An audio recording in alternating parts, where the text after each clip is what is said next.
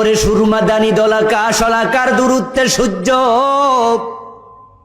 পায়ের তলায় তামার জমিন, গা থেকে ঘাম বের হয়ে ঘামে মানুষ ভিজে যাবে, কারো টাকনু গিরা, কারো মাজা, কারো গলা পার হয়ে যাবে ঘামে, পিপাসায় বুকের ছাতি ফেটে যাবে।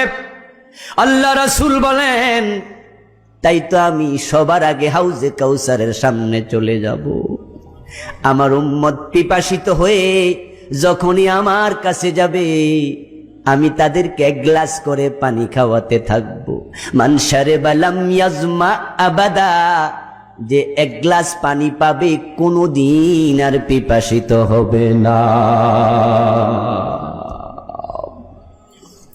ও আমার ভাইয়ারা, মা উহু আশাদ্দু বিয়াজাম মিনাল লাবান, রাসূল বলেন হাউজের পানি দুধের চেয়ে সাদা, আহলা মিনাল আসাল, মধুর সে মিষ্টি, ও আতিয়াবু মিনাল মিসকি, এবং তার গন্ধ হবে মিশকে আম্বরের চেয়ে অনেক বেশি। সেখানে পানি পান করার জন্য উম্মত লাইনে দাঁড়ানো দরকার হবে না, ভিড় করা লাগবে না। কি জানুহু কানুজুমিস সামা, আল্লাহ রাসূল বলেন ওই হাউজে কাউসারের গ্লাস হবে তত আকাশে তারকা আছে যত। লক্ষ লক্ষ ফেরেশতা সেদিন আমাকে সহযোগিতা করবে পানি পান করানোর কাজে। উম্মতকে আমি পানি খাওয়াতে থাকবো শুধু। এ অবস্থায় আমার কাছে একদল মানুষ আসবে, ফায়ারিফুনানি ওয়া আনা আরিফুহুম, যারা এসে আমার কাছে পরিচয় দেবে, হুজুর আমরাও তো আপনার উম্মত, আমাদেরকে একটু পানি দেন, একটু পানি দেন, একটু পানি দেন। আমার ডানে বামে সামনে পিছে দূরে বসে যারা আলোচনা শুনছেন, রাসূলের হাতে হাউজের পানি খাওয়ার শখ আছে না নাই? এমন শখ অন্তরে লালন করা দরকার আছে না নাই? হাউজ সত্য, অসংখ্য হাদিস এ ব্যাপারে আছে, আর কোরআনে তো সরাসরি আছে, ইন্না আ'তাইনাকাল কাউসার। হাউজের মালিক হবেন রাসূল। আল্লাহ রাসূলকে দুনিয়া থাকতে কাউসারের মালিক বানিয়েছেন, সুবহানাল্লাহ।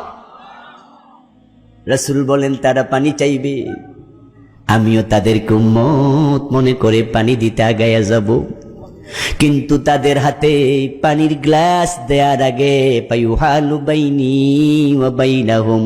সহিহ বুখারীর হাদিস, সহিহ বুখারীর হাদিস।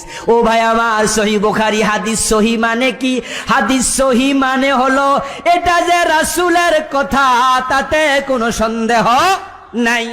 আর যে হাদিসগুলো বলি জয়ীফ, যেই হাদিসগুলোর ব্যাপারে বলে এটা সহিহ না, এর মানে হলো এটা রাসূলের কথা নাকি অন্য কেউ বানায়া রাসূলের নামে চালায়া দিছে, নিশ্চিত হওয়া যায় নাই।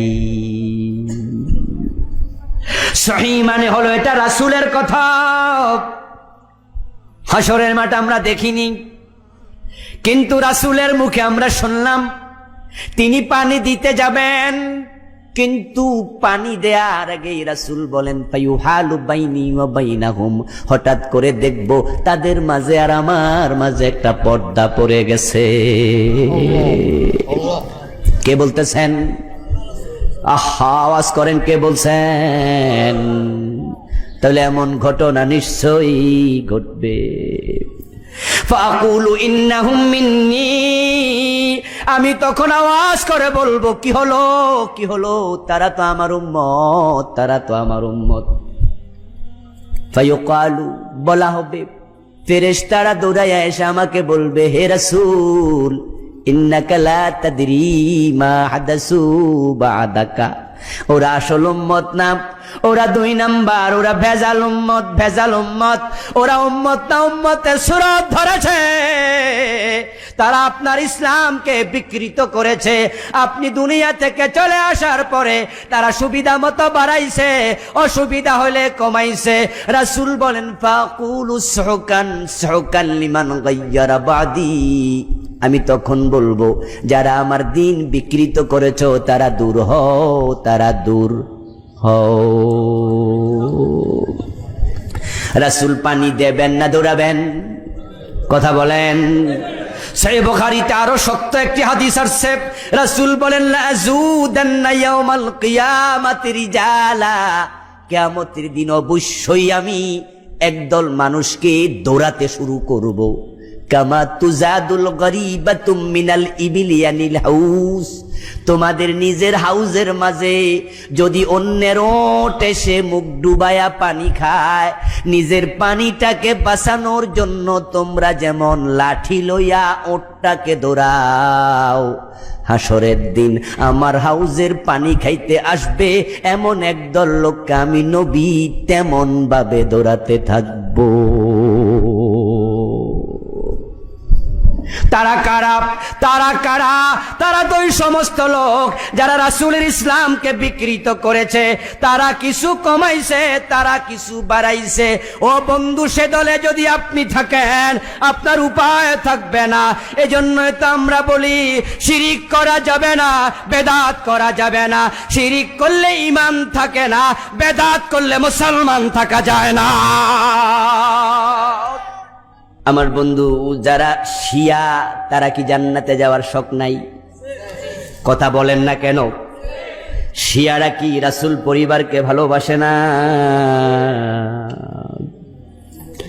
যখন মুহররমের 10 তারিখ আসে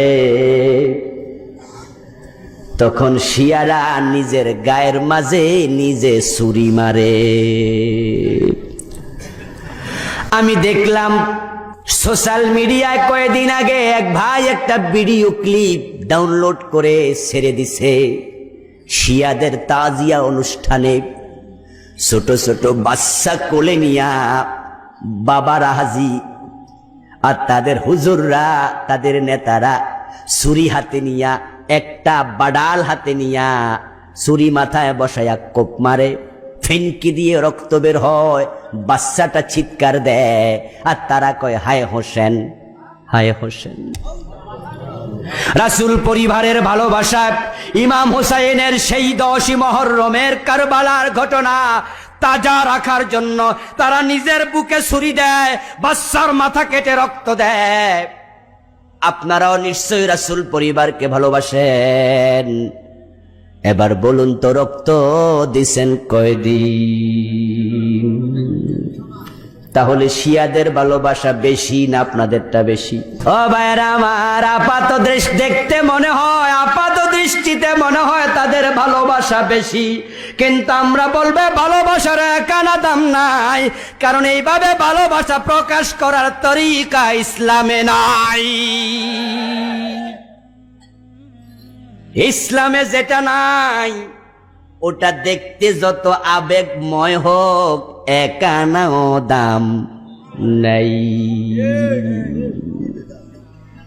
এখন রাসূলের ভালোবাসায় বাংলাদেশে একদল মুসলমান দেখবেন বন্ধু, নামের আগে আহলে সুন্নাত ওয়াল জামাত আশিকে রাসূল লাগায়া ওই 12ই রবিউল আউয়াল আসতেছে, এখন থেকে গেট বানানো শুরু হয়ে গেছে। ওয়েলকাম, স্বাগতম, বিশ্ব নবীর আগমন, এমন মিছিল আছে না নাই? আহলান সাহলান মারহাবান ইয়া রাসূলুল্লাহ, শুভেচ্ছার স্বাগতম, বিশ্ব নবীর আগমন, জিন্দা নবীর আগমন, নূর নবীর আগমন। রাসূল নাকি বাংলাদেশে আইতাছে। আমার ভাইয়ারা শুভেচ্ছা দেবে, দল তবলা নিয়ে রাস্তায় নামবে, তারা হালুয়া রুটি খাবে, রাসূলের ভালোবাসা প্রকাশ করবে। দেখতে মনে হয় যেন কাজটা খুবই ভালো, রাসূলের জন্য ভালোবাসা দেখাইছে, অসুবিধা কোথায়? কিন্তু আমি বলবো ওই শিয়ারা যদি ইমাম হুসাইনের জন্য রক্ত দেয় ওটা মূল্যহীন হলো কেন? অসুবিধাটা কোথায়? অসুবিধা যদি না থাকে আপনি কেন দেন না? আপনি তখন বলবেন কোরআন হাদিসে নাই তাই দেই না। আমি একই কথা বলবো, আল্লাহর নবীর সাহাবারা ঈদে মিলাদুন নবী করে নাই, গেট দেয় নাই, মিছিল দেয় নাই, শুভেচ্ছার স্বাগতম দেয় নাই। সুতরাং রাসূলের সাহাবারা যেটা করে নাই ওটা ইসলামের অংশ হতে পারে না। হাসরের দিন রাসূল বলেন আমার কাছে আসবে, আমি তাদেরকে সুহকান সুহকান বলে দৌড়াবো। সুহকান মানি দূর হ, সুহকান মানি দূর হ। রাসূল কাদেরকে দৌড়াবেন? তিনি বলছেন ফেরেশতারা আমাকে বলবে ওরা আসল উম্মত না, ওরা কিছু কমাইছে, ওরা কিছু বাড়াইছে। আপনারা দেখবেন বন্ধু, যারা বাংলাদেশে জাতীয় হালুয়া রুটির পাগল, গরম গরম জিলাপির পাগল, আশিকে রাসূল নাম দিয়ে ঈদ মিলাদুন নবীর পাগল, ওই লোকগুলোকে দেখতে পাবেন আল্লাহর কোরআনের আইন সমাজে কায়েমের জন্য তারা কোনোদিন মিছিল করে না। রাসূল সাল্লাল্লাহু আলাইহি সাল্লাম দৌড়াবেন কাদেরকে? তিনি বলছেন ফাকুলু সুহকান সুহকান লিমান গায়্যারা বাদি, দূর হ দূর হ আমার পরে যারা আমার ইসলামকে বিকৃত করেছিস। আমার বন্ধু বলুন তো গরুর কান কয়টা? যদি কেউ গোড়া দিয়ে একটা কেটে দেয় তার দাম কমবে না বাড়বে? এরপরে বলুন তো যদি কোনো গরুর চোখ হয় 3টা তার দাম কি বাড়বে?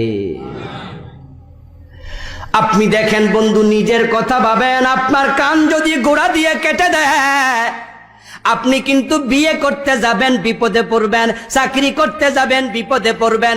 যেখানে যায় মানুষ আপনার দিকে কইবে কান্নাই কান্নাই বিকৃত হয়েছেন। এবার ভাবুন তো যদি আপনার কান 3টা হয়, তাহলে চিড়িয়াখানার যেমন বাঘ দেখার জন্য, সিংহ দেখার জন্য মানুষ টিকিট কেটে কেটে যায়, আপনি যেখানে যাবেন আপনি চিড়িয়াখানার প্রাণীর মতো হওয়া লাগবে। এটার নামই বিকৃতি, এটার নামই বিকৃতি। আছে কান 2টা, একটা কমবে না। আছে কান 2টা, একটা বাড়বে না। আপনি যদি স্বাভাবিক থাকেন তাহলে ঠিক আছে, কমলেও বিকৃতি, বেড়ে গেলেও বিকৃতি। রাসূলের ধর্ম যা ছিল সেটাই থাকবে। কিন্তু আমরা কি দেখি, রাসূল যে দিন রেখে গেছেন সেই দিনের মাঝে চোর ধরে হাত কাটার বিধান ছিল কিনা? বাংলাদেশে চলছে তো। রাসূলের দিনের মাঝে জেনা করলে 100 বেত লাগানোর আইন ছিল কিনা? বাংলাদেশে আছে তো। রাসূলের দিনে মদ খাইলে 80 বেতের আইন ছিল কিনা? বাংলাদেশে আছে তো। তাহলে আমরা কিছু কমাইলাম, এই যে কিছু কমে গেছে। আপনারা যারা এই কমার পক্ষ নিয়েছেন, এই বিকৃতির পক্ষ নিয়ে চুপ করে আছেন, হাসরের দিন আপনারাও রাসূলের দমক খাওয়া লাগবে। আর যারা বাড়াচ্ছে বন্ধু, এই যে আমরা বাড়াইতাছি, কত বাড়ানি চলছে সমাজে, অভাব নাই। আমার ভাই, আমি শুরুতে বলেছি বিশ্বনবী রবিউল আউয়াল মাসে আগমন করেছেন, এটা কোরআনেও নাই, হাদিসেও নাই। কিছু ঐতিহাসিক বলেন 12 রবিউল আউয়াল, অধিকাংশ ঐতিহাসিক বলেন 9 রবিউল আউয়াল। 12 না 9, 12 না 9, এটা নিয়ে যখন দ্বন্দ্ব হয় তখন 9 বিজয়ী হয়। 9-এর পক্ষে ঐতিহাসিকদের বক্তব্য বেশি। কোন কোন ঐতিহাসিক বলছেন রমজান মাসে, কোন ঐতিহাসিক বললেন রবিউল সানি মাসে, কোন ঐতিহাসিক বললেন 570 খ্রিস্টাব্দে, কোন ঐতিহাসিক বললেন 571 খ্রিস্টাব্দে। তাহলে কি বোঝা গেল? নির্ধারিত দিন পাওয়া যায় না। ও বন্ধু, জন্ম তারিখ নিয়ে ইখতিলাফ হওয়াটা আশ্চর্য হওয়ার কিছু নাই। কারণ যেই যুগে রাসূল এসেছেন সে যুগের নাম ছিল আইয়ামে। শিক্ষিত মানুষের সংখ্যা খুব বেশি ছিল না কিছু কম? তো আজকের যুগে তো আমরা এমএ পাস বিএ পাসের অভাব নাই, তারপরেও জন্ম তারিখ নিয়ে ঝগড়ার অভাব নাই। আধুনিক যুগে জন্ম তারিখ নিয়ে মামলা পর্যন্ত হয়, ঠিক না? খালেদা জিয়ার জন্ম তারিখ নিয়ে আদালতে মামলা পর্যন্ত হয়েছে। প্রধানমন্ত্রী সাবেক জন্ম তারিখ কোনটা জাতি ভালো কইরা এখনো। এজন্য দেখবেন যখন 15ই আগস্ট আসে তখনই অনেকে কয় এটা ভুয়া জন্মদিন পালন করেন না, ঠিক না? আবার উনারা কয় এটাই ঠিক। আপনারা যারা আমার সামনে আছেন বন্ধু, আপনাদের জন্ম তারিখ ঠিক আছে তো? সবার ঠিক এটা বলার সুযোগ নাই। স্যার খুব জোরে মাথা লাগতাছে, কারণ যত বেঠিকের গোড়ায় উনারা আছে। আমার ভাইয়েরা, আমার জন্ম তারিখ কোনটা আমি এডমিট কার্ড পাওয়ার পরে জানছি। কথা বোঝেন নাই? পরীক্ষা দিতে যাব, এডমিট কার্ড হাতে নিয়ে দেখি 1381। আমার একটু জিগাও নাই, স্যারেরা লেখা লাইছে। সরকারের আইন আছে মেট্রিক পরীক্ষা দিলে বয়স হওয়া লাগবে কমপক্ষে কত বছর? 14। তাই যত ছাত্র আমাদের ক্লাসে আছে সবাই রে এক বয়স দিয়া দিছে। অথচ আমি এর আগে হেফজখানায় পড়ছি, বয়স কিছু বাড়ছে না। আমার অরিজিনাল জন্ম 75-এ, উনারা দিল 81, 6 বছর কমাইয়া দিল। কিন্তু 75-এর কোন মাসে আমার মাও জানে না। আমি একবার জিগাইছি, কয় ভাদ্র মাসে তালের যোগ আছিল। মা আমার কয় তালের বছর। বাবারে জিগাইছি, বাবাও কইতে পারে না। এখন যদি আমি বিয়া করতাম 18 বছরের আগে, তাহলে যে কাবিল লেখে হেতে আরেকটা লাগাই দিত, ঠিক না? হে কইতো আমি মামলা খাইতে রাজি না। সিস্টেম আছে না নাই? যে সমস্ত মেয়েদেরকে 18-র আগে বিয়ে দেয়, ওই কাবিনওয়ালারা কইয়া দেয় একটা জন্ম সনদ বানাই আনিয়া আইয়েন।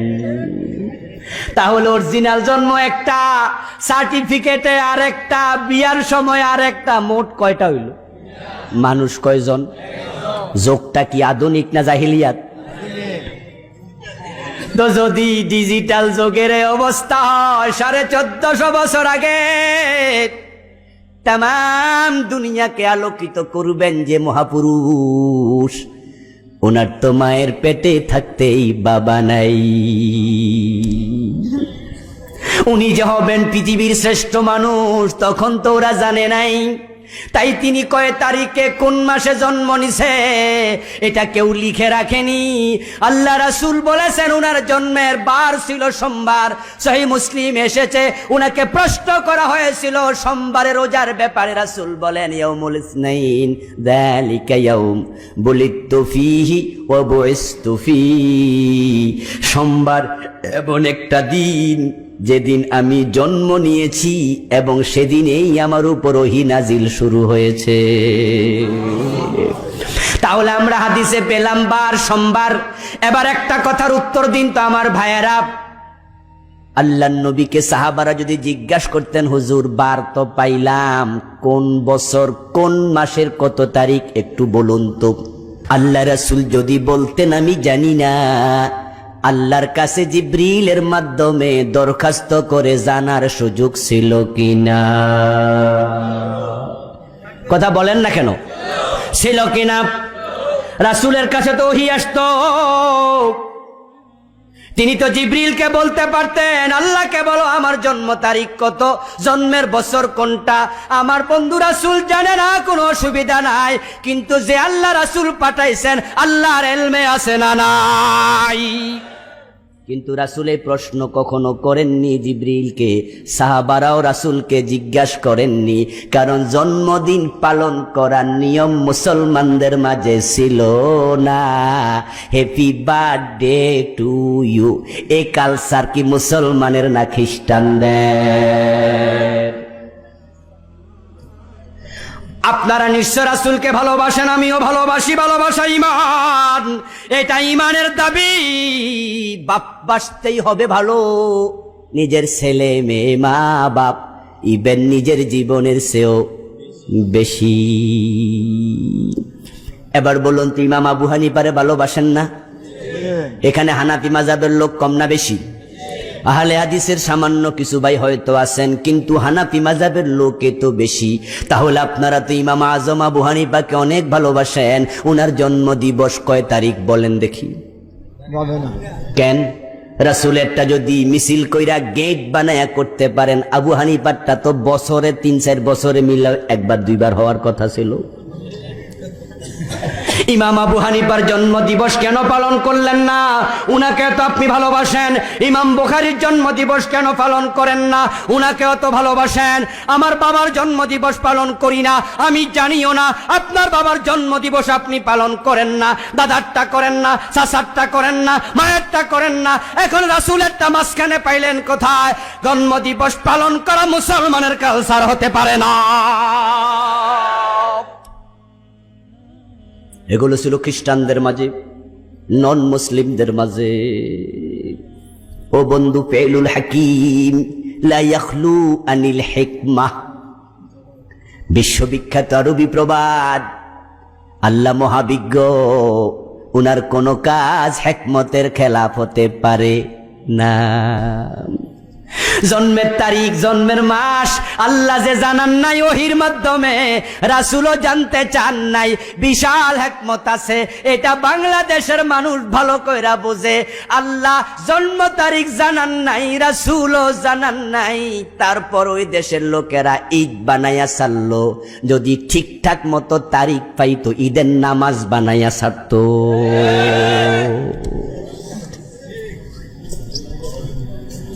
ও ভাইয়েরা আমার, আল্লাহ রাসূল ঈদ করেছেন 2টা, আপনারা করতেছেন 3টা। আপনি করেন, আমার আপত্তি নাই, কিন্তু আমি তো আপনাকে ইসলামের দাওয়াত দিতে এসেছি। হাসরের মাঠে রাসূলের হাতে ওই ব্যক্তি হাউজের পানি পাবে না যে ইসলামে কমাবে এবং বাড়াবে। আপনি যদি রাসূলের নাম দিয়া ভালোবাসা দেখায়া এখন জানাজার নামাজে আজান দেয়া শুরু করেন, কাজটা কি ঠিক হবে? আজান ভালো জিনিস না খারাপ জিনিস? ঈদের নামাজে কয়দিন দিছেন? কেন দিলেন না? দিতে থাকেন। যদি কেউ জিজ্ঞাসা করে কেন দেন না, তখন কয় হাদিসে নাই, কোরআনে নাই। আমার বন্ধু, সূরা কেরাত ভালো জিনিস না খারাপ জিনিস? কথা বলেন না কেন? রুকু সেজদা ভালো না খারাপ? জানাজার নামাজে কয়দিন রুকু সেজদা করছেন? ওখানে কয়দিন সূরা কেরাত পড়ছেন? সালান না ভালো জিনিস? অসুবিধা কি? প্রতি অক্ষরে 10 নেকি। তখন সবাই এক বাক্যে বলবে কোরআন হাদিসে নাই। আল্লাহ রাসূল জানাজার নামাজ পড়েছেন, তিনি সেখানে রুকু সেজদা করেন নাই, সুতরাং এখানে রুকু সেজদা করলে ইসলামের মাঝে বৃদ্ধি হবে, ঠিক না? আল্লাহ নবীদের নামাজ পড়েছেন কিন্তু আজান দেন নাই, তাই আজান দিলে ইসলামের বিকৃতি হবে। সুতরাং আল্লাহ নবীর ইন্তেকাল হয়েছে 11 হিজরিতে। সর্বশেষ সাহাবী হযরত আবু তুফাইল রাদিয়াল্লাহু তাআলা আনহু মারা গেছে 101 হিজরিতে। 90 বছর সাহাবাগণ জীবিত ছিলেন, তারা রাসূলকে ভালোবাসতেন আমাদের মতো না, আরো বেশি। বিশ্বনবী কেমনে থুতু ফেলছেন সেটা হাদিসে আছে না নাই? রাসূল কেমনে ঘুমাইছেন হাদিসে আছে না নাই? টয়লেটে ঢুকে কখন কাপড়টা তোলা দিছেন এটাও হাদিসে আছে না নাই? উনার স্ত্রীর বিছানায় স্ত্রীর সাথে কেমনে রাত কাটাইছে সেটাও হাদিসে আছে না নাই? আল্লাহ নবীর সব হাদিসে যদি থাকে, সাহাবারা কোনোটা বাদ দেয় নাই, সব আমাদের কাছে বলেছে বিদায় আমরা জীবন্ত ইসলাম পেয়ে ধন্য হয়েছি। রাসূল সব করেছেন, সব হাদিসে আছে। তো রাসূল নিজের জন্ম দিবস পালন করছেন, কোন হাদিসে আছে দেখাও। তোমরা যে ঈদে মিলাদুন নবী শব্দ বলো দোস্ত, আমরা এই কথাগুলো কেন বলি শুনেন। আপনি ঈদ পালন করেন, আমার কোনো অসুবিধা নেই। বন্ধু, আপনারা এখানে অনেকে জানেন যে আমি একটা মাদ্রাসায় সরকারি চাকরি করি, জানেন না? অনেক পোস্টারও তো লেখা থাকে মুহাদ্দিস মদিনাতুল উলুম কামিল মাদ্রাসা, কওমি মাদ্রাসা না, আলিয়া সরকারি মাদ্রাসা। আমাদেরকে সরকারের পক্ষ থেকে ইউনিভার্সিটির অধীনে যাওয়ার পরে বছরে ছুটি দেয় 15 দিন, আগে দিত 20 দিন, এখন কমে গেছে। ঈদে মিলাদুন নবীর দিন একটা বন্ধ আছে না নাই? ওই দিন আমি 2টা মাহফিল করতে পারি, একটা দুপুরে আর একটা রাতে। কিছু পয়সা পাই না? এরকম যদি ঈদ আরো বাড়াইতে পারতেন, আমার বন্ধ আরো বাড়তো, একটু রিল্যাক্সে থাকতাম, কষ্ট কম হতো, মজা পেতাম। ও বন্ধু, ঈদ যদি বেড়ে যায় তাহলে ছুটিও বাড়বে। আপনারা আপনাদের সুবিধা মতো যদি ইসলামে বাড়াতে থাকেন, আর আমরা দলিল চাইলে আপনি বলবেন অসুবিধা কি। এটাই হলো সবচেয়ে বড় দলিল, যে করলে অসুবিধা কি। তাহলে ঈদের নামাজে আজান দিলেন না, কেউ যদি আজান দেয় ওই মুয়াজ্জিনের বেতন কিছু বাড়াইয়া দেয়া দরকার আছে না নাই? কথা কয় না আমার ভাইয়েরা? ঈদের নামাজে যে মুয়াজ্জিন আজান দিল, আজানের মতো ফজিলতের ইবাদত আর কি আছে? আল্লাহ রাসূল বলছেন, আতওয়ালুন নাস আনাকান ইয়াউমাল কিয়ামা আল মুয়াজ্জিনুন। হাসরের দিন কোটি কোটি মানুষ থাকবে হাসরের মাঠে, সবচেয়ে ঘাড় লম্বা হবে যারা মুয়াজ্জিন ছিল তাদের। ইমাম সাহেবের চেয়ে মুয়াজ্জিনের ঘাড় হবে লম্বা। দুনিয়াতে ইমামের বেতন বেশি, ইমাম সাহেব সামনে খাড়ায়, ওনার সম্মানও তুলনামূলকভাবে বেশি। কিন্তু হাসরের দিন মুয়াজ্জিনের সম্মান ইমামের চেয়েও বেশি হবে। এর কারণ শুধু একটা, ইমাম আল্লাহু আকবার বলে আল্লাহর তাকবীর ঘোষণা করতেন, এটা থাকতো মসজিদের চৌহদ্দির ভিতরে, আর মুয়াজ্জিন কানে আঙ্গুল দিয়ে দেহের সর্বশক্তি নিয়োজিত করে আল্লাহর তাকবীর ধ্বনি এত জোরে দিতেন, পুরা এলাকা মুখরিত হয়ে যেত। আল্লাহর তাকবীর ধ্বনি, ওই আজান জোরে দেওয়ার কারণে মুয়াজ্জিনের সম্মান হাসরের দিন বেশি। আপনাদের এলাকায় মাসআলা সবাই জানে, ঈদের দিন নামাজ আছে, আজান নাই। আছে নাকি? ঈদের নামাজে আজান আছে নাকি? তাই আপনি আমার ওয়াজ শুনা চান্স কাজে লাগান।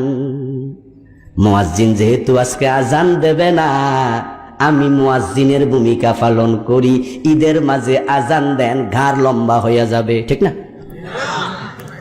ও ভাইরা আমার, আমরা সবাই জানি কোরআনের প্রতি অক্ষর পড়লে কয় নেকি। কথা বলেন না কেন? কয় নেকি কম পক্ষে 10। তাহলে এখন জানাজান নামাজে সূরা কেরাত তো আমরা পড়ি না, তা আপনি পড়েন না সূরা বাকারা, নেকির অভাব হবে না, ঠিক না? তখন সবাই মাসআলা দেবে, সবাই বুঝবে আল্লাহর নবী যেটা করেননি সেটা ইসলাম নয়, আল্লাহ রাসূলের সাহাবারা যা করেননি সেটা ইসলাম নয়। আল্লাহর নবীর ইন্তেকালের পরে 90 বছর সাহাবারা জীবিত ছিলেন, উনারা ঈদ করেছেন কয়টা? ঈদুল আজহা, ঈদুল ফিতর। কিন্তু আমরা এখন ভালোবাসা দেখাইছি রাসূলের, দেখাই আমরা আরেকটা ঈদ বাড়াইছি, এটার নাম দিছি ঈদে মিলাদুন্নবী। শুধুমাত্র দিয়ে আমরা থেমে থাকিনি, এখন আমরা স্লোগান দিচ্ছি, ব্যানার টানাচ্ছি, পোস্টারে লিখছি সকল ঈদের সেরা ঈদ ঈদে মিলাদুন্নবী। তাহলে রাসূল যে দুইটা করছে ওইগুলার চেয়ে আমাদেরটা মেড ইন বাংলাদেশ যেটা, এটা হলো বেশি সেরা। আমরা সেরা বানালাম। এখন আপনার কাছে আমার প্রশ্ন, রাসূল যেটা করেননি, সাহাবারা যেটা করেননি, আমি বলেছি জন্মদিবস পালন করা মুসলমানের কালচার নয়, এজন্য আমরা বাবারটা করি না, দাদারটা করি না, ইমাম আবু হানিফারটা করি না, ইমাম বুখারীরটা করি না, হযরত আবু বকরেরটা করি না, হযরত ওমরেরটা করি না। তাদেরকে আমরা খুব ভালোবাসি। এই কালচার হিন্দুদের, এই কালচার খ্রিস্টানদের, তারা জন্মাষ্টমী পালন করে, খ্রিস্টানরা বড়দিন পালন করে। রাসূলের সাহাবারা করেননি, রাসূল নিজে করেননি, রাসূলের জন্ম দিবসটাই তো পাওয়া যায় না। আপনি যে এখন ঈদ বানালেন নির্ধারিত দিনে, ঐতিহাসিকরা বলেন 9 তারিখ, কেউ বলেন 12 তারিখ, কেউ বলেন রবিউল আউয়াল, কেউ বলেন রমজান, কিন্তু আপনি 12 তারিখে ঈদ বানালেন। আমার দোস্ত, আপনারটা সেরা হইল কি দিয়া? ঈদুল ফিতরে 2 রাকাত নামাজ আছে, ঈদুল আজহাতেও নামাজ আছে, কোরবান আছে। আপনি যে ঈদে মিলাদুন্নবী বানাইলেন, নামাজ কয় রাকাত আছে? ঈদের নামাজ। তো কি দিয়া সেরা হইল? হালুয়া রুটি দিয়া। কি দিয়ে সেরা বানালেন আপনি? ও বন্ধু, এখন আমাদের দেশের কালচার, ওই দিনে অনেক হালুয়া রুটি বিক্রি হবে, গরু জবাই করে খিচুড়ি খাওয়ানো হবে। অথচ রাসূলের জীবন পড়ুন, তিনি প্রতি সোমবারে রোজা রাখতেন। আল্লাহর নবীর জন্ম ছিল সোমবারে, ওই সোমবারে তিনি রোজা রাখতেন। আর আপনি জিলাপি খান, হালুয়া খান, রাসূলের সাথে মিলল না উল্টা হয়ে গেল? আমার বন্ধু, ইসলামে বিকৃতি যাবে না। বিকৃতি করলে রাসূলের হাতে হাউজের পানি পাওয়া যাবে না। এমন এক মহামানবকে নবী হিসাবে পেয়ে আমরা ধন্য, কিন্তু যারা ধর্মে বিকৃতি করবে তারা হবে হতভাগ্য। রাসূল সাল্লাল্লাহু আলাইহি ওয়াসাল্লাম জাহিলিয়াতের অন্ধকার যুগে পৃথিবীতে আসলেন। বয়স হলো 17 বছর বয়সে বিশ্বনবী যৌবনে পদার্পণ করলেন। তাগড়া যুবক, চলছে যৌবনকালের মূল্যবান সময়। ডানে বামে সামনে পিছে তাকালেন, তাকিয়ে দেখলেন পুরা সমাজ দারুণ অন্ধকারে ডুবে আছে। ওই মানুষগুলো নিচে নামতে নামতে এত নিচে নেমেছে, যার নিচে নামার কোনো জায়গা আর নাই। স্মরণ রাখার জন্য আর একটু পিছনে গিয়ে একটা কথা বলছি। আমাদের দেশে সমস্ত ওয়াজ নিয়ে ডিভাইডেশন চলছে, বিতর্ক চলছে। আমি আবুল কালাম আজাদ বলে গেলাম, কোরআন হাদিসে পাই নাই। একটা কামেল মাদ্রাসা 14-15 বছর পড়াচ্ছি, 2001 থেকে এ পর্যন্ত পড়াচ্ছি। 17-16 বছর লেখাপড়া করলাম, 16-17 বছর। বিশ্ববিখ্যাত অনেক বড় বড় আলেমের সাথে সান্নিধ্য নেওয়ার সুযোগ পেয়েছি দেশে বিদেশে, কিন্তু আজ পর্যন্ত কোনো আলেম ঈদে মিলাদুন্নবী পালনের বিধান হাদিস কোরআন দেখাবে দূরের কথা, ঈদে মিলাদুন্নবী শব্দটাই কোরআন হাদিসে দেখাতে পারেননি।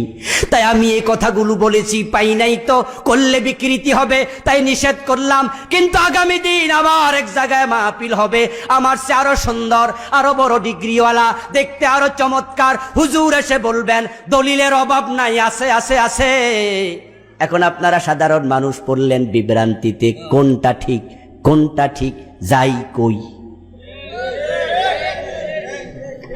আমার বন্ধুদের জন্য আপনাদের কাছে একটা সলিউশন আমি দিয়ে গেলাম, আমি বলে গেলাম।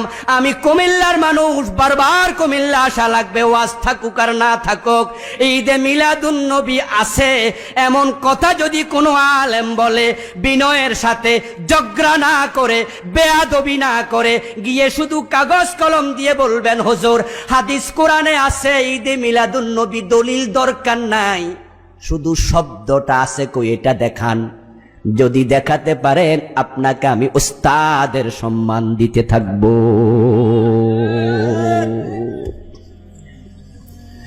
কিন্তু আমি দৃঢ়তার সাথে বলে যাচ্ছি, এর পক্ষে কোরআন হাদিসের দলিল দূরের কথা, শব্দটাই পাবে না। মিলাদুন্নবী আছে কিন্তু এর আগে ঈদ শব্দটা নাই। রাসূলের ইসলাম ঈদ হলো মাত্র কয়টা? আল্লাহর হাবিব 17 বছর বয়সে মাথা তুলে দাঁড়ালেন, না, একটা সমাজকে এইভাবে ধ্বংস হতে দেয়া যায় না। তাই তিনি সমবয়সী যুবকদেরকে সাথে নিলেন। সমাজটাকে পরিবর্তন করার জন্য সমন্বিত প্রয়াস প্রয়োজন, একা সমাজ পরিবর্তন করা অনেক কঠিন। তাই যুবকদেরকে সাথে নিয়ে একটি সংগঠন তিনি বানালেন, ওই সংগঠনের নাম দিলেন হেল্পফুল ফজুল। আল্লাহর হাবিব সে সংগঠন বানিয়ে মানুষের দ্বারে দ্বারে যেতে থাকলেন, বলতে থাকলেন চুরি ছেড়ে দাও, ডাকাতি ছেড়ে দাও, রাহাজানি চিন্তায় ছেড়ে দাও, মেয়েদেরকে জীবিত কবর দিও না, নরহত্যা ছেড়ে দাও, মদ ছেড়ে দাও। আপনারা জানেন আরব্য জাতির 3টা ডব্লিউ ছিল অস্থি মজ্জার সাথে মিশ্রিত। একটা ওয়ার, আরেকটা ওয়াইন, আরেকটা ওমেন। 3টা ডব্লিউ, ওয়ার মানে যুদ্ধ, ওয়াইন মানে মদ, ওমেন মানে নারী। এজন্য আরব্য যত জাহিলিয়াতের যুগের কবিতা আপনি পড়বেন, ইমরুল কায়েস, লবিদ, আনতারা বিন শাদ্দাদ, জোহাইর, উম্মু সালামা, যাদের কবিতা কাবার গিলাপের সাথে ঝুলানো হয়েছিল, তাদের কবিতার উপজীব্য ছিল এ তিনটা: মদ, নারী এবং যুদ্ধ। বিশ্বনবী মানুষের ঘরে ঘরে গেলেন, এই তিনটা থামাও। দাওয়াত দিতে দিতে আল্লাহর রাসূলের বয়স হয়ে গেল 40। দীর্ঘ 23 বছর তিনি মানুষকে ভালো করার চেষ্টা করলেন। ইতিহাস পড়ুন, দেখবেন এই 23 বছরের চেষ্টা ফণ্ডশ্রম হয়েছে, একটা চোরও চুরি সারে নেই, একটা ডাকাতও ডাকাতি ছাড়েনি, কোন মানুষ ভালো হয়নি। আল্লাহ রাসূল টেনশনে পড়ে গেলেন, কি করা যায়। রোগীর অবস্থা বেগতিক দেখে যারা অভিজ্ঞ ডাক্তার, রোগী ফলাইয়া যায়। কথা বলে না কেন?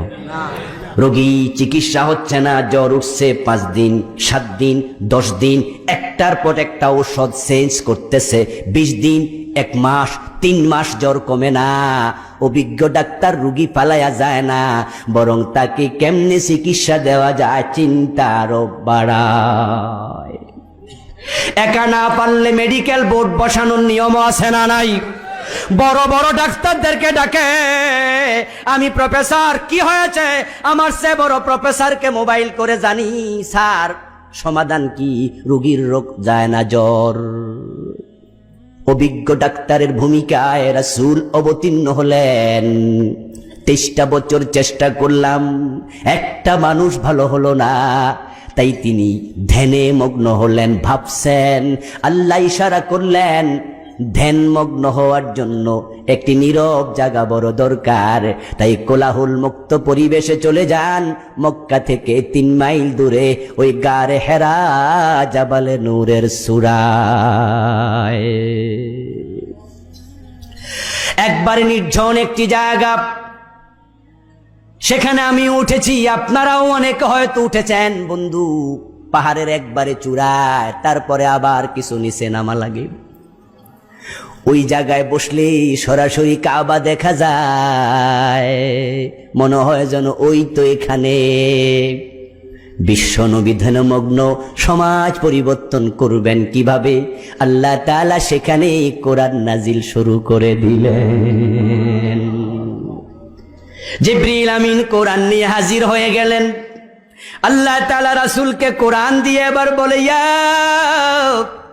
আইয়ুহার রাসূল বাল্লিগ মা উনজিলা ইলাইকা মির রাব্বিক। এখানে আল্লাহর নবীর একটি বিশেষত্ব, আমি তো রাসূলকে নিয়ে কথা বলছি। এমন এক রাসূল আপনারা আমরা পেয়েছি, যেই নবীর সম্মান এত বেশি। কোরআনে আল্লাহ বিভিন্ন নবীকে নাম ধরে ডেকেছেন, কিন্তু আল্লাহর নবীকে একবারও নাম ধরে ডাকেন নাই। ইয়া ইয়াহইয়া খুযিল কিতাবা বিকুওয়া وَنَادَيْنَاهُ أَن يَا إِبْرَاهِيمُ।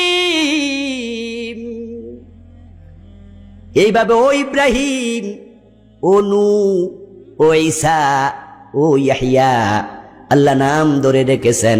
বিশ্বনবীকে ইয়া মুহাম্মাদু কোরআনে একবারও বলেন নাই ইয়া আইয়ুহান নবী, ইয়া আইয়ুহার রাসূল। হে আমার রাসূল, আপনি এতদিন পর্যন্ত চেষ্টা করেছেন, 23টা বছর, বয়স 40।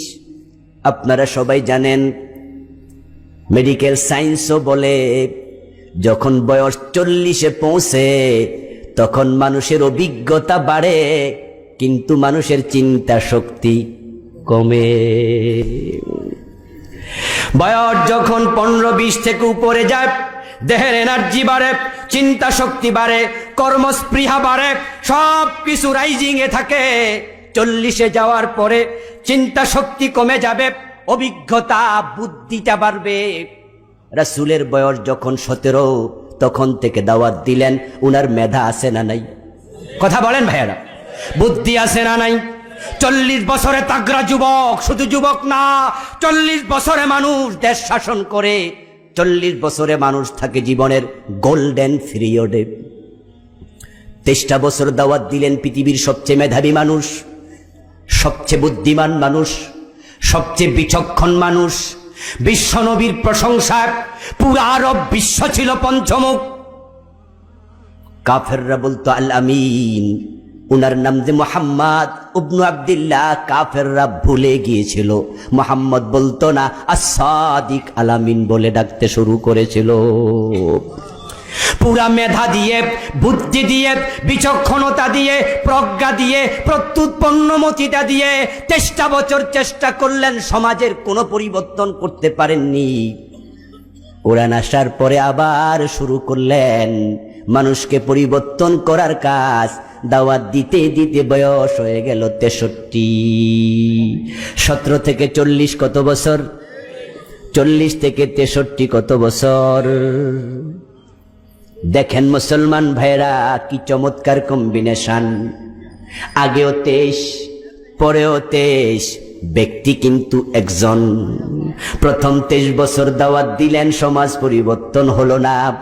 পরে 23 বছরে শুধু সমাজ পরিবর্তন নয়, এক একজন মানুষ এত দামি হলো, এত ভালো হলো, এক একজন আকাশের তারকার চেয়েও দামি হয়ে গেল।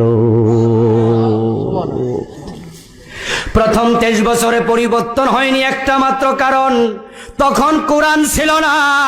রাসূল কোরআন দিয়ে প্রচেষ্টা করেননি, নিজের চিন্তা দিয়ে করেছেন।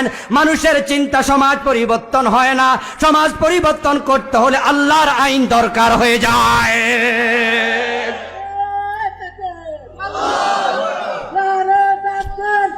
আমার ভাইয়েরা, আমরা বিশ্বাস করি বাংলাদেশের প্রতিটা নেতাই দেশটাকে সুন্দর করে সাজাতে চায়। সবাই চায় তার দেশটা ভালো হোক, চুরি না থাকুক, ডাকাতি না থাকুক, সবাই চেষ্টা করেছে। কিন্তু আমরা কি দেখতে পাচ্ছি? সমাজ পরিবর্তন তো হয় না, উল্টা চলছে, উল্টা চলছে। এমন উল্টা উল্টিছে, এখন আর রড দেয় না, বাঁশ দিয়া বিল্ডিং বানাচ্ছে। ঠিক কিনা? রাস্তাঘাটের ছবি দেখেন, ফেসবুকে বিভিন্ন জন ছাড়ে, রড না দিয়া বাঁশ দিতেছে। উন্নতি কারে কয়? উন্নতি বাসময়। যারা চুরি করত তারা এখন ডাকাতি করতেছে। আমাদের দেশের গভর্নমেন্ট, দেশের প্রশাসন ইয়াবার বিরুদ্ধে যুদ্ধ ঘোষণা করেছে। হাজার হাজার ফিজ ইয়াবা এক এক দিনে ধরতেছে। আমাদের বর্তমান স্বরাষ্ট্রমন্ত্রী আসাদুজ্জামান খান কামাল, আমি যে মাদ্রাসায় চাকরি করি তিনি আমাদের মাদ্রাসার প্রধান উপদেষ্টা। ওনার বাড়ির পাশেই আমার মাদ্রাসা তেজগাঁও। সজ্জন মানুষ। কয়েকদিন আগে পত্রিকায় পড়লাম, উনি বলছেন ইয়াবা যেইভাবে যুব সমাজের ভিতরে ঢুকে পড়ছে, ইয়াবা যদি থামানো না যায়, যুব সমাজকে ধ্বংস থেকে বাঁচানো যাবে না। বন্যা হলে পরে খালে বিলে, পুকুরে ডোবায়, নদী নালাতে যেমন পানি পাওয়া যায়, বাংলাদেশের গ্রামে গঞ্জে পর্যন্ত ঘরে ঘরে ইয়াবা পাওয়া যাচ্ছে। কেমনে থামাবেন? ওয়াজ করলে প্রশাসনও পারবে না, ওয়াজ করলে বন্ধ হবে না। যদিও আমাদেরকে বিভিন্ন জায়গায় গেলে আমাদের নেতারা, দায়িত্বশীলেরা কানে কানে বলে, অনেক মাহফিলে এমপি মহোদয়রা থাকেন, তারাও বলে হুজুর একটা ওয়াজ একটু আজকে কইরেন। কি ওয়াজ? কইয়াবা। এটার নাম দিছে পোলাপানে বাবা। বাবা খাইয়া শেষ হয়ে যাচ্ছে, পারছি না থামাতে। ও বন্ধু, আমি তো বলি আপনার মনের দরদ দেখে আমার ভালো লেগেছে, আপনি ইয়াবা থামাতে চান, কিন্তু নেতা মহোদয় শোনেন, ওয়াজ করে ইয়াবা মদ বন্ধ হবে না। কারণ যারা ওয়াজে আসে তারা ইয়াবা খায় না, যারা ইয়াবা খায় তারা ওয়াজে আসে না। জ্বর ওঠে যার, কম্বল দরকার তার। অ্যালার্জি হয়েছে আপনার, চুলকায় আমি আমার রান কাম হইব। যাদের কাছে ওয়াজ করা দরকার তারা তো মাহফিলে থাকছে না, মাহফিলে তারা আসছে না। তাই আমরা ওয়াজ করব, আপনারা বললে নিশ্চয় করব। কোরআন হাদিস আমাদের বিরুদ্ধে ওয়াজ আছে, আমরা ওয়াজ করব ভবিষ্যতে যেন কেউ মদ না খায়, ইয়াবা না খায়। কিন্তু যারা খেয়েছে তাদেরকে থামাতে হলে হযরত ওমরের মতো 80 বেতের আইন চালু করে দেন। 1 মাস প্র্যাকটিস করেন, 80 বেত লাগাতে থাকেন, টেলিভিশনে লাইভ প্রচার করেন, ফেসবুকে ডাউনলোড করে দেন, পত্রিকায় হেডলাইন করেন। 1 মাস পরে বাংলার জমিনে ইয়াবাখোর পাওয়া যাবে না।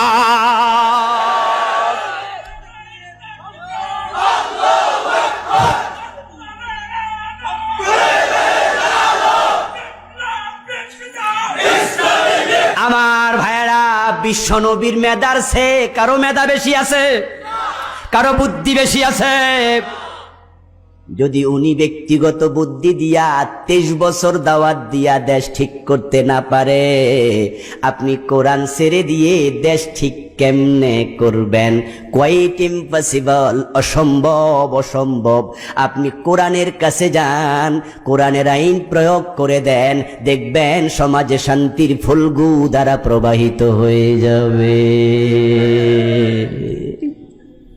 আমার ভাইয়েরা, কোন দলকে ক্ষমতা থেকে নামাতে কথা আমরা বলি না। আলেম ওলামারা, কোন দলকে আমরা ক্ষমতা নিতে কথা বলি না। যদিও আমাদের কথায় রাজনীতির গন্ধ অনেকে খোঁজেন, আমাদের কথা রাজনৈতিক হয়ে যায়, হওয়া তো স্বাভাবিক, কারণ এই সমাজের মানুষ আমি। তাই কারো পক্ষে কথা যাবে, কারো বিপক্ষে যাবে। তবে আল্লাহর কসম করে একটা কথা বলছি, আমরা ক্ষমতায় যেতে চাই না, ক্ষমতা থেকে নামাতেও চাই না। আমরা শুধু আল্লাহর কোরআনটাকে ক্ষমতায় নিতে চাই।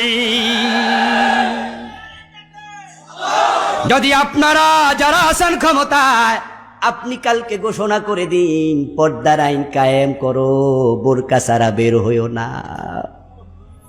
এই দেশে নারীরা নির্যাতিতা হচ্ছে, পত্রিকার পাতা উল্টাইলে যখন দেখি 3 বছরের মেয়ে ধর্ষিতা হয়, পত্রিকা এমন রিপোর্ট আসে কিনা, তখন পুরুষ হিসাবে লজ্জা পাই। আমার স্ত্রী যখন এই রিপোর্ট পড়ে তখন শর্মিন্দা হই। কিন্তু বিবেককে প্রশ্ন করি, 3 বছরের মেয়ে কেন ধর্ষিতা হয়? কারণটা কি? তাকে দেখলে তো কোনো পুরুষের মেন্টালিটি চেঞ্জ হওয়ার কথা নয়, কারণ ছোট্ট পুতুলের মতো বাচ্চা, তার দেহ তো যৌবনের কোনো চিহ্ন আসে নাই। কেন তাহলে তার কাছে লোকটা গেল? তখন বিবেক সিগন্যাল দেয়, এই সমাজ পচে গেছে, সমাজটা অবক্ষয় শেষ হয়ে গেছে।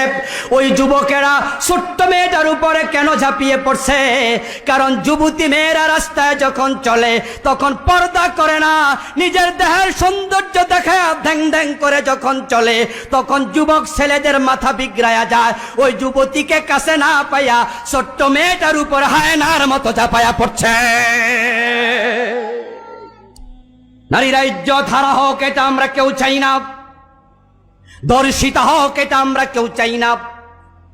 কোন মা বোন ইফটিজিং এর শিকার হোক, আমরা চাই না। নিশ্চয় আমাদের প্রশাসন সেটা চায় না। তাই তো গভর্নমেন্ট আইন করেছে, যদি কেউ কোনো মেয়েকে টিচ করে তাহলে তার জেল দেয়া হবে। এমন আইন দেশে আছে না নাই? এবং তাদেরকে মোবাইল কোর্টের মাধ্যমে তাৎক্ষণিক সাজা দেওয়ার আইন আছে। কোর্টে পাঠাবেন, লেংথি প্রসেস দরকার নাই, তাৎক্ষণিক 6 মাস 1 বছর জেল দেন। দর্শন কি এতে কমে গেছে? হিপটেজিং কমে গেছে? পত্রিকা উল্টাইলে দেখেন কত মা বোন ইজ্জত হারাচ্ছে। আইন হবে না, মানুষের বানানো আইনে হবে না। আল্লাহর আইন চালু করো, আল্লাহর আইন চালু করো। দোস্ত, কেন বোঝো না? তুমি তো মুসলমান, কেন বোঝো না? কোরআনে আল্লাহ বলছে, ওয়াকারনা ফি বুয়ুতিকুন্না ওয়ালা তাবাররাজনা তাবাররুজাল জাহিলিয়াতিল উলা।